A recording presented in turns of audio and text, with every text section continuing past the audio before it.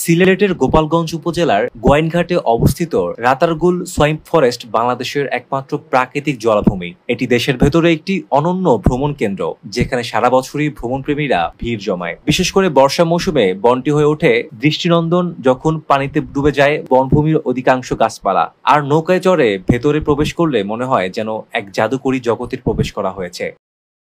প্রাকৃতিক অপার সৌন্দর্যের কারণে রাতারগুলকে অনেকেই বাংলাদেশের অ্যামাজন বলে ডাকেন। প্রায় 500 একরের বেশি জায়গা জুড়ে বিস্তৃত এই বনকে ঘিরে রয়েছে গোয়াইন নদী এবং আরো কিছু বিল। বনাঞ্চলে পানির উচ্চতা মৌসুমী ভেদে 10 থেকে 30 ফুট পর্যন্ত হতে পারে। বর্ষায় গাছের অর্ধেক পানি নিচে ডুবে থাকে, আর শীতে পানির স্তর নেমে আসে, ফলে গাছপালার ভিন্ন রূপ দেখা যায়। রাতারগুল বনভূমিতে রয়েছে নানা প্রজাতির উদ্ভিদ ও প্রাণী আবাস।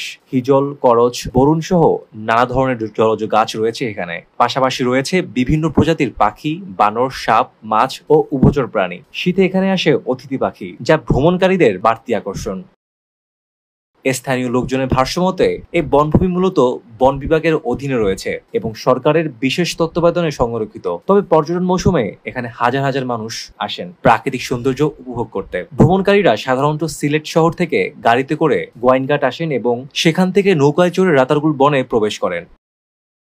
বিশেষজ্ঞরা মনে করেন, রাতারগুল বাংলাদেশের জীববৈচিত্র্য রক্ষায় অত্যন্ত গুরুত্বপূর্ণ ভূমিকা রাখে। তাই এই বনভূমি সংরক্ষণ এখন সময়ের দাবি। অতিরিক্ত পর্যটক চাপ, অযত্ন ও দূষণের কারণে বনভূমির প্রাকৃতিক পরিবেশ ক্ষতিগ্রস্ত হতে পারে। এজন্য কর্তৃপক্ষ এবং ভ্রমণকারীদের সচেতন ভূমিকা রাখা জরুরি। প্রকৃতির প্রেমী কিংবা ভ্রমণ পিপাসু যে কেউ রাতারগুল গেলে মুগ্ধ হবেন নিঃসন্দেহে। শান্ত পানির বুকে ভেসে থাকা নৌকা, মাথার উপর ছায়াঘন গাছ আর চারপাশের পাখির ডাক, সব মিলিয়ে এই বন যেন এক জীবন্ত রূপকথার রাজ্য।